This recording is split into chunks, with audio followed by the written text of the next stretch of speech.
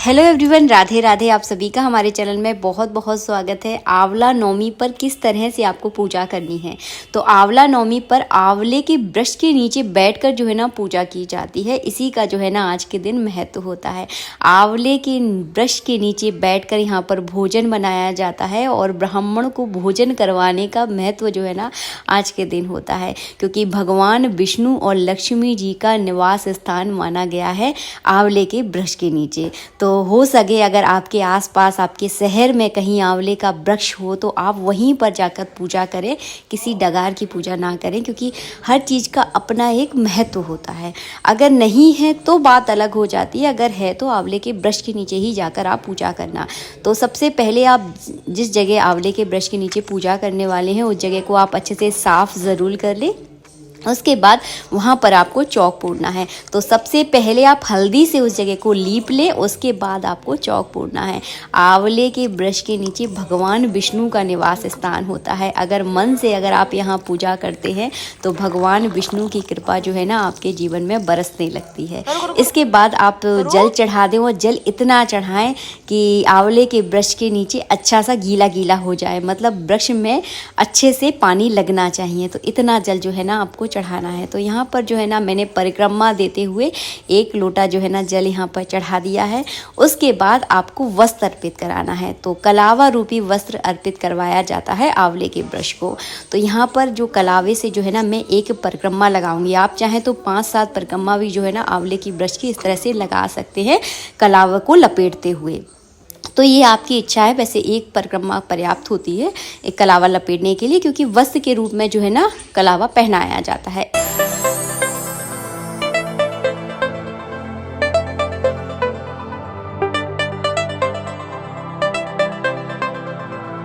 वस्त्र अर्पित करने के बाद आपको यहाँ पर कलावा चढ़ाना है। तो कलावे में थोड़ी सी हल्दी आप ज़रूर लगा दें और कलावा को बिल्कुल एक सा करके जो है ना इस तरह से भगवान विष्णु का ध्यान जो है ना मन में करते हुए आपको इस तरह से जनेऊ चढ़ाना है।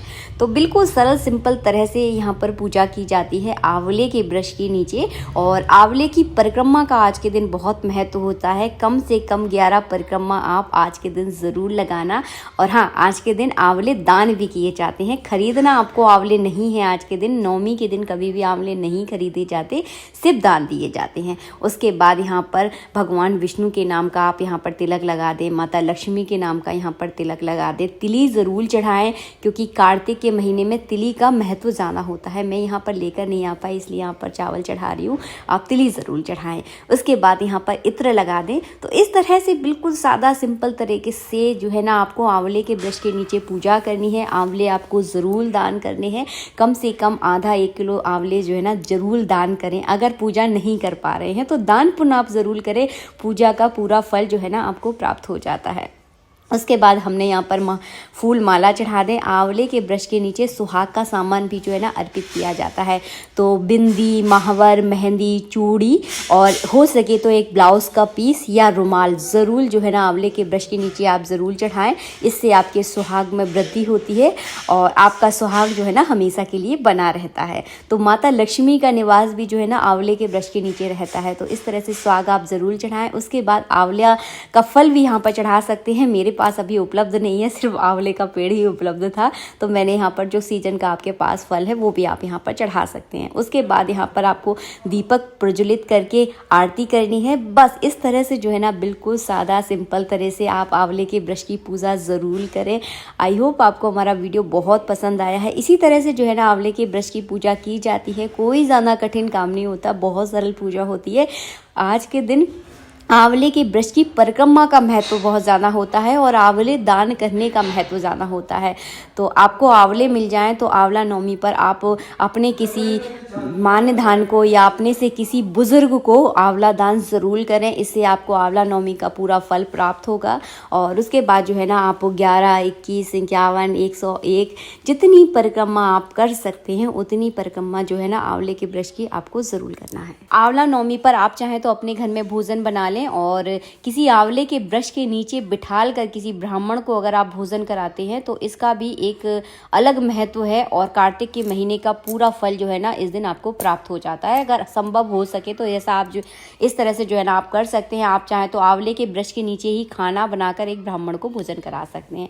तो देखिए जैसी आपकी सुविधा हो वह उस हिसाब से आप देख लें। मैंने दोनों तरीके आपको बता दिए। अगर ऐसी सुविधा ना हो पाए तो कम से कम आंवला दान आप जरूर करें।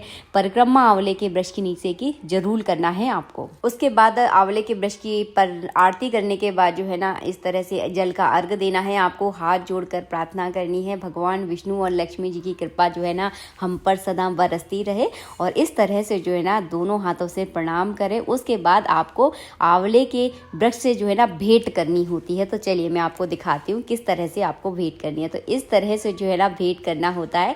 जैसे हम मायके जाते हैं ना तो अपनी माँ से अपनी भाभी से जो है ना भेंट करते हैं, उस तरह से आपको इस तरह से भेंट करनी है और हाथ जोड़ के प्रार्थना करनी है।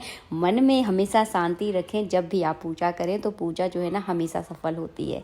मिलेंगे आप सबसे नेक्स्ट वीडियो में। जब तक के लिए जय श्री राधे मित्रों, राधे राधे।